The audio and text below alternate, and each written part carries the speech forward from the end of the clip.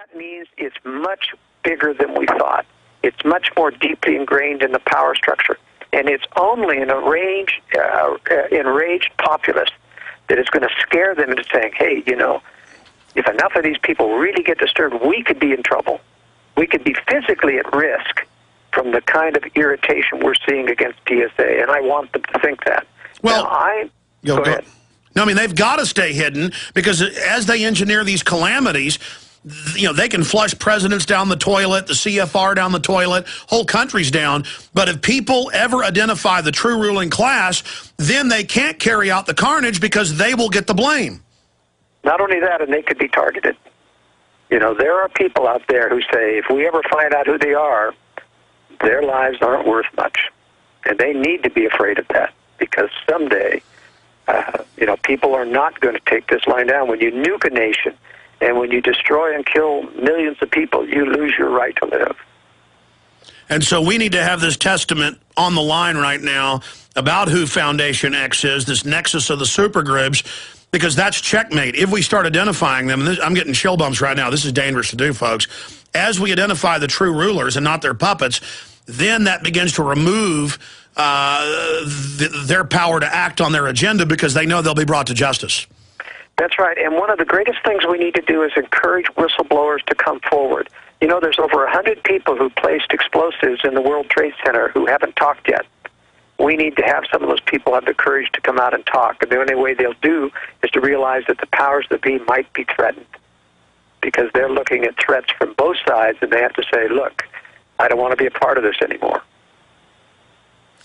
Well, I would imagine most of those 100 have already been killed, but it's a good point. Joel-Skousen, worldaffairsbrief.com. Thank you so much. We'll talk to you again very soon.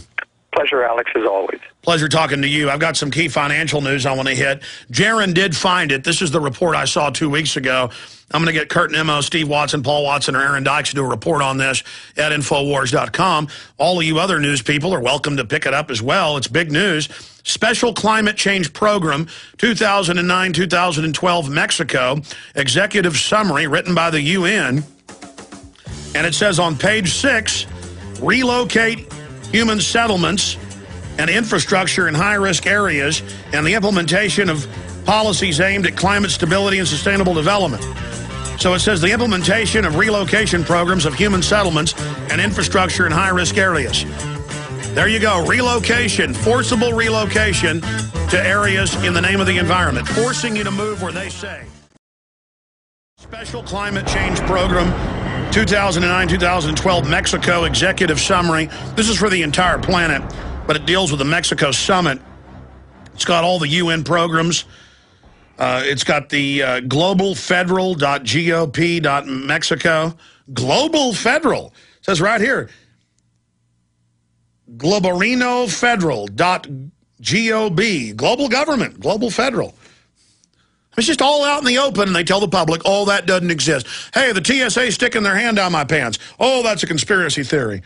And it says they will relocate populations, livestock, agriculture, to any area they see fit, starting in 2013. I think it's pretty big news. Yeah, they're going to relocate you.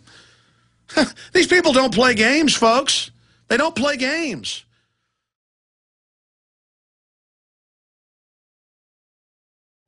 Visit Infowars.com and PrisonPlanet.com. When you're on the site, you can also tune in 24 hours a day to my daily radio broadcast. There's also a free iPhone app to listen to the syndicated radio show when and where you want.